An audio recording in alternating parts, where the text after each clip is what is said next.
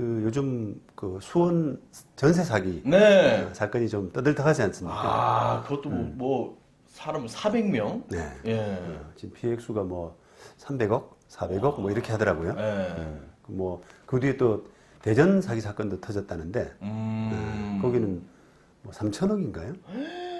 오, 계속 이렇게 터집니까? 그런 말입니다. 어.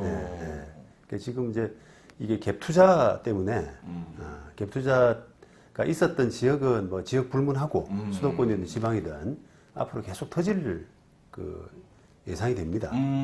근데 이번 수원 건은 약간 뭐 대출을 활용한 전세 사기였다고요? 네, 뭐 이 수원 사기 사건이 이제 어떤 형태인지 제가 조금 궁금했었는데 네. 뭐 기사를 보고도 아 이게 뭐 저당 쪼개기 대출 그 담보 쪼개기 요런 표현을 쓰더라고요. 그래서 이제 머릿속에서는 아 이런 형태구나라고 이렇게 좀 생각을 하고 있었는데 마침 그 피해자 중에 한 분이 그 상담을 좀 의뢰를 했어요. 아, 거기 직접 당한 피해자분. 네, 이제 그분 입장에서는 이제 뭐 저 그 가해자, 임대인, 그다음 중개사, 그다음 협회 이런 쪽으로도 이제 여러 가지 이제 권리 구제를 좀 생각을 하고 있기 때문에 제가 또 중개 사고 이런 부분은 또 많이 다뤘지 않습니까? 네. 글도 많이 쓰고. 그렇죠. 그 지난번에 기억하실지 모르겠지만 제가 공동 근저당권 관련된 그 하급심 판결을 처음 한번 받아서 조금 그 칼럼으로도 좀 소개하고 우리 양희사하고도 한번 같이 이야기해보지 않았을까 싶긴 한데 그 글을 보고 하여튼 찾아 문의를 했더라고요. 공동 근저당권인데 그 공동 근저당권을 좀 쪼개기 했다라고 하는 그런 유형이다. 사기 유형 중에서 네. 조금 특이하다 그래가지고 이제 언론에도 나오고 했는데 그게 이제 어떤 그 구체적으로 사건 내용이 뭔지 그런 것들을 한번 이야기해 보겠습니다. 예. 네. 여기 이제 임대차 계약서인데요. 수원에 요 빌라 203호에 이제 사는 그 피해자죠. 네. 보증금은 이제 2억입니다. 셌네요. 예, 보증금 2억이고 계약을 했는데 이 법인 임대인 회사 법인 여기가 이제 그 사기 일당에 여러 가지 몇 개 그 회사가 있었대요. 그 회사 중에 이제 하나인데 부동산 법인이 또 몇 개 있어요. 몇 개를 만들어서 그리고 여기 중개사도 여기 보니까 이 그 임대인 회사 임대인 쪽하고 많이 거래를 했던 자주 이게 어쩌다 한번 이렇게 세입자 소개한 그런 중개사가 아니라 임대인 쪽에 조금 붙어서 담당같이. 담당같이 거래에 많이 관여된 그런 중개사라고 하더라고요. 자, 그래서 중개대상물 확인 설명서에 보면은 여기 이제 저당 관련해서 여기 이제 들어갈 때 이제 여기 언제입니까? 계약할 때는 21년 6월이잖아요. 네. 21년 6월인데 요때 이제 저당권이 있었어요. 등기부에는 203호에 등기부를 떼보니까 저당이 있더라. 근데 공동 저당이 있더라. 그런데 그 공동 저당 부분을 중개 대상물 확인 설명서에는 이렇게 표현한 거죠. 7억 6,800만. 네, 7억 6,800만 원 채권 최고액. 그다음에 공동 담보 목록 메토 이렇게 해가지고 저당권자 뭐 신협 이렇게 돼 있잖아요. 그렇게 해서 했는데 이게 이제 왜 이제 사기가 되느냐라고 하는 부분을 좀 이게 사기라고 생각하느냐라고 하는 부분을 한번 살펴봐야 되는데 이게 이제 제가 어떤 생각이 드세요? 이게 내가 지금 203호에 임차를 하려고 하는데 공동 저당으로 해가지고 7억 6,800 정도가 있다라고 하면은 일단 그 금액이 좀 꽤나 많다. 많죠. 집 시세보다는 훨씬 많구나. 그런데 이 공동 담보기 때문에 여러 집을 한꺼번에 잡았을 거다. 그렇죠. 그죠? 그런데 그걸 이제 그 피해자들 이야기는 그 집 전체가 그 건물에 있는 전체를 한꺼번에 넣었기 때문에 그걸 n분의 1로 해보면 약하다. 각 세대당은 얼마 안 된다라고 하는 그런 설명이었대요. 몇 세대였는데요? 뭐 한 열 몇 세대 되는 거였습니까? 그렇더라고요. 열 세대는 훨씬 넘었던 것 같고. 그러면 또 뭐 적은 거죠. 그렇죠. 7억 정도. 예. 그렇게 해서 조금 이제 가볍게 봤다는 건데 실제로는 이제 그게 아니었다는 거죠. 자 보시면 네. 이게 이제 그 해당 203호 203호 등기부를 보시면은 요 저당 부분에서 이렇게 채권 체결액이 7억 6,800만 원. 네. 그다음에 채무자는 그 법인 회사. 예. 그다음에 공동 담보 목록 이렇게 해서 나와 있지 않습니까? 그렇죠. 예. 근데 이게 요것만 보게 되면은 아 이거 공동 담보 목록이 뭘 함께 그렇지. 잡혔는지라고 예. 하는 부분이 안 나온단 말이에요. 몇 개인지 뭔지 안 그렇죠. 나오잖아요. 203호하고 같이 뭔가를 잡았던 것 같은데 그게 그 대상이 뭘까라고 하는 부분이 그러니까 표시가 안 되잖아요. 안 되죠. 예. 그래서 토지인지 뭐 아파트인지. 예, 그렇습니다. 뭐. 예. 그걸 보려면 이게 그 되게 간단합니다. 등기부에 그 우리가 등기부를 뗄 때 인터넷 등기소 들어가면은 이렇게 공동담보 목록을 표시할 건가라고 하는 체크 항목이 있대요. 그래서 그 체크 항목을 넣어주게 되면 그 뒷부분에 공동담보 목록이 다 보인다는 겁니다. 나오죠. 예. 예. 그런데 이제 이걸 체크를 보통 안 하시고 안 하고 하기 때문에 그게 별로 이제 이렇게 중요하지 않다라고 보기 때문에 별로 잘 안 하는 거거든요. 그리고 공동 담보를 모르시는 사람이 많을 거예요. 이 부동산 쪽 안 하시는 사람은 그렇죠. 모르죠. 네. 공동 담보, 공동으로 담보. 그러니까. 왜 하지? 뭐 이런 식으로 나올 거예요. 그렇죠. 아마. 공동담보 자체를 모르니까 네. 공동담보 목록을 잘 안 떼겠죠. 그렇죠. 예. 뗄 줄 모르죠. 그러니까요. 예. 예. 근데 이제 공인중개사도 이제 이거를 등기부 떼는 방법을 공동담보 목록을 넣어서 하는 것과 안 넣는 것과를 구분할 줄 아는 사람도 좀 많지 않을 겁니다. 맞아요. 모르는 많지 않을 사람도 있을 겁니다. 거예요. 예. 그게 이제 이 공동담보 목록이 중요한가라고 하는 인식을 제대로 못하기 때문에 그런 거거든요. 맞습니다. 예. 근데 그게 어쨌든 그 세입자의 어떤 권리 구제, 세입자가 나중에 계약 끝나고 보증금을 돌려받을 수 있느냐, 그런 가능성이 얼마나 되느냐, 또 손해볼 가능성이 얼마나 되느냐 이런 부분을 따질 때는 공동담보 목록을 좀 보셔야 돼요. 그렇죠. 당연히 보셔야 되지 않습니까? 더구나 선순위이기 때문에 그렇잖아요. 그렇죠. 그래서 요거를 이제 공동담보 목록을 체크하고 등기부를 만약에 발급받는다라고 한다면 이렇게 나와요. 요거 지금 제가 떼봤는데요. 그 203호를 이렇게 이제 아까 보신 그 화면에 뒤에 공동담보 목록이 이렇게 이어서 나온단 말이죠. 그러니까 203호는 당연히 들어갔고 그 다음에 301호, 그 다음에 501호, 502호, 503호 이것만 보시더라도 이 집 전체는 아니구나라고 하는 생각을 할 수 있잖아요. 그러니까요. 그러니까 이제 산술적으로 그냥 생각해 보면은 이 5개에 7억 6천 얼마니까 한 1억 얼마입니까? 1억 5천 정도? 1억 5천 정도. 그렇죠. 1억 5천이 넘죠. 네. 그러니까 그 정도 그냥 n분의 1만 하더라도 그 정도는 내가 부담을 안고 내가 후순위로 들어간다.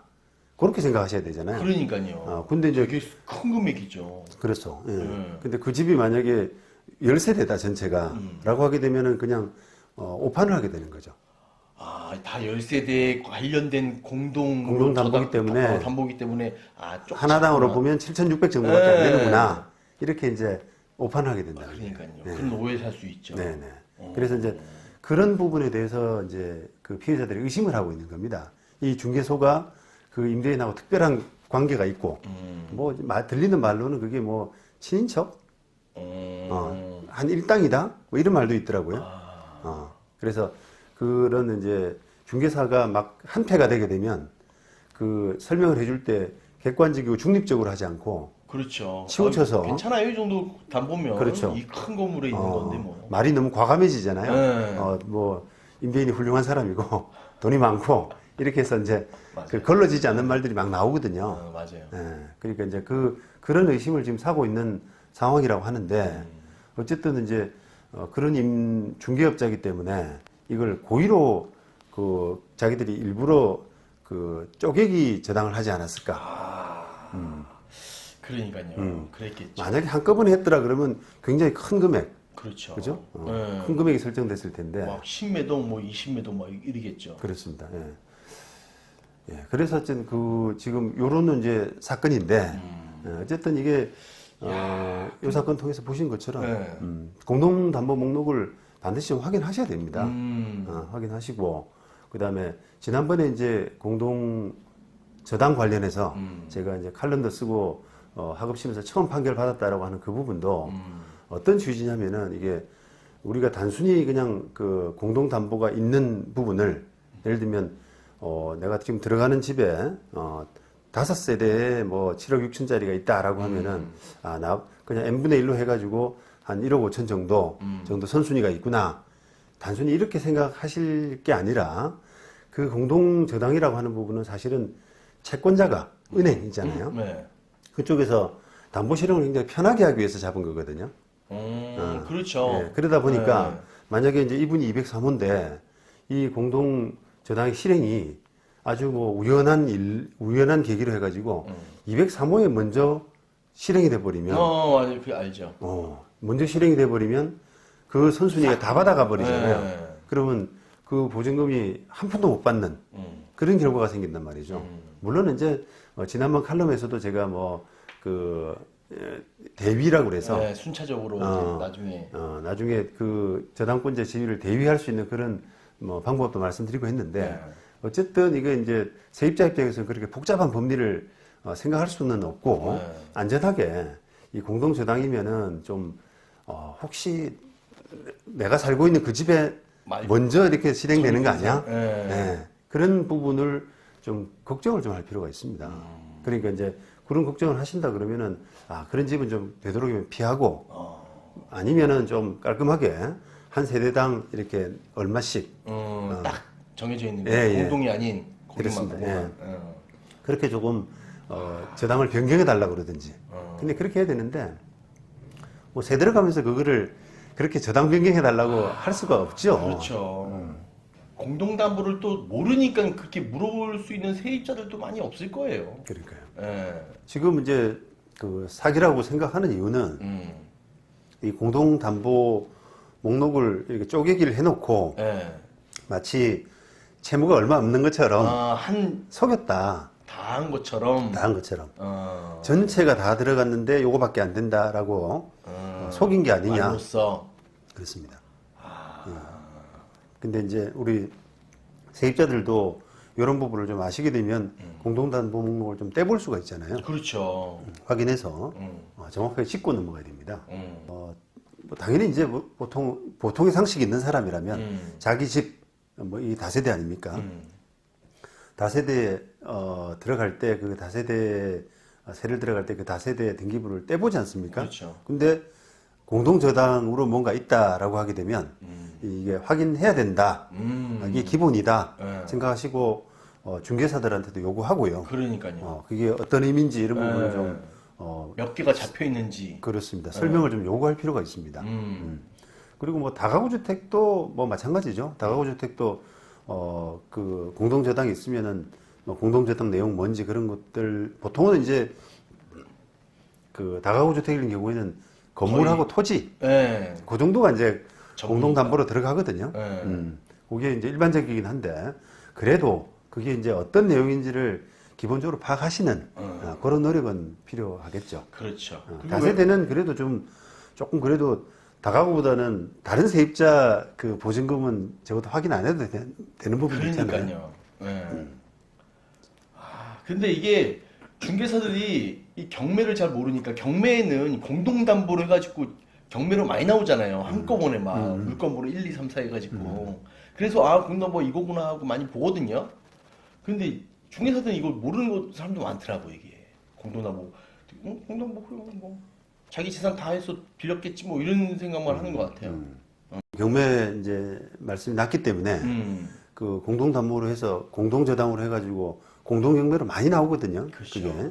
근데 이제 이런 부분이 만약에 지금 의뢰인이 살고 계신 이런 부분이 경매로 나온다고 한다면 요 지금 5개가 한꺼번에 경매로 나오겠죠. 그렇죠. 근데 매각은 따로따로 매각될 가능성이 높거든요. 그렇죠. 물건으로 달라가지고. 그래서 이론적으로는 이게 아까도 말씀드린 것처럼 만약에 5개를 한꺼번에 채권자가 경매에 넣었더라도 매각 순서가 다 시점이 다 다를 거 아닙니까? 그렇죠. 그래서 한쪽에만 만약에 매각이 빨리 되고 배당이 빨리 든다 그러면 거기는 굉장히 좀 그 비참해질 그 물건에서 대부분의 배당을 받아갈 우선적으로 하고 또 반대로 시간적으로 낙찰이라든지 배당이 늦은 그런 호실은 어부지리를 얻을 그렇지. 다 변제받을 수 있는. 그렇지 그런 우려가 있습니다. 나와서 하는 이야기입니다만 이런 이제 공동 저당으로 이제 담보 잡힌 물건이 경매 들어왔을 때 그 세입자들 간에 되게 눈치 싸움이 늦게 경매 당하기 위해서, 그러니까요. 늦게 배당되기 위해서. 머리 수싸움을 해야 될 것 같아요. 예. 변경을 한다든지 뭐 어떻게든 좀. 그렇죠. 예. 복잡한 유치권 신고를 예, 한다든지 뭐 이렇게. 그렇게 해서 뭔가 자기는 좀 늦게 낙찰되면 낙찰, 내가 이득을 본다라고 하는 그런 생각 때문에 그 세입자들 간에도 막 이렇게 그런 신경전. 물밑 신경전이 있어요. 그게 얼마나 어떻게 보면 좀 비참한 일입니까? 그러니까요. 다 당한 사람들인데 또 거기서 또 이제 해야 되니까. 네. 그래도 변호사님한테 문의를 해야 될 것 같아요. 만약 이런 일 당하셨다든지 아니면 내가 뭐 공동담보 목록에 알고 보니 내가 여기 세입자로 들어갔네라고 많은 사람이 이제 알 것 같은데, 그죠? 그러니까 저는 좀 이제 항상 안타까운 것이 네. 임대차 계약을 할 때 한 변호사한테 한 10분만 보이면 계약서하고 등기부 떼가지고 딱 그 10분만 보이면은 그 어느 정도 그 안전한 여부가 스크린이 좀 되는데 그게 왜 안 될까라는 생각을 해보는 거예요. 그러니까 벽이 되게 높다고 생각해요. 비싸다고 생각하고 변호사 사무실은. 그러니까요. 그러니까 2억이란 그 이 큰 돈이 그냥 날아가는 건데, 그죠? 안타깝습니다. 10만 원, 20만 원이면 알 수 있는 건데, 그죠? 그렇습니다. 예. 네. 그래서 제 아버님도 임대차 계약을 하시는데 네. 저 몰래 그냥 저 임대 계약을 하고 오셨더라고요. 아, 진짜요? 제가 막 화를 냈는데요. 이거 최고의 부동산 변호사를 두고 왜 그거를 그렇게 하셨냐고. 그러니까 카톡으로 한번 보내면 되는데. 네. 아니, 보니까 이상 없더래. 네? 이상 없어 보여가지고 계약을 했더래요. 그래서 굉장히 제가 실망했던 적이 있는데 그게 이제 보통 이상 없죠. 그렇죠. 그냥 일반인들이 쓱 보아서 그게 뭐 그렇죠. 잘 안 보이는 안 보이죠. 이제 일반적인 그 특이한 물건이 그 부분이 없으면 그냥 이상 없다고 생각을 하시는데 그래도 그게 매독이 걸린 거래잖아요. 그렇죠. 큰 재산이 걸린 거기 때문에 그리고 아버님은 공짜인데. 그러게 말입니다. 그러니까요. 상담료도 필요 없는데. 그렇습니다. 예. 아유. 그래서 조금 주변에 그 아니라는 변호사 사무실 변호사가 있으면은 네. 항상 이렇게 습관을 조금 바꾸시는.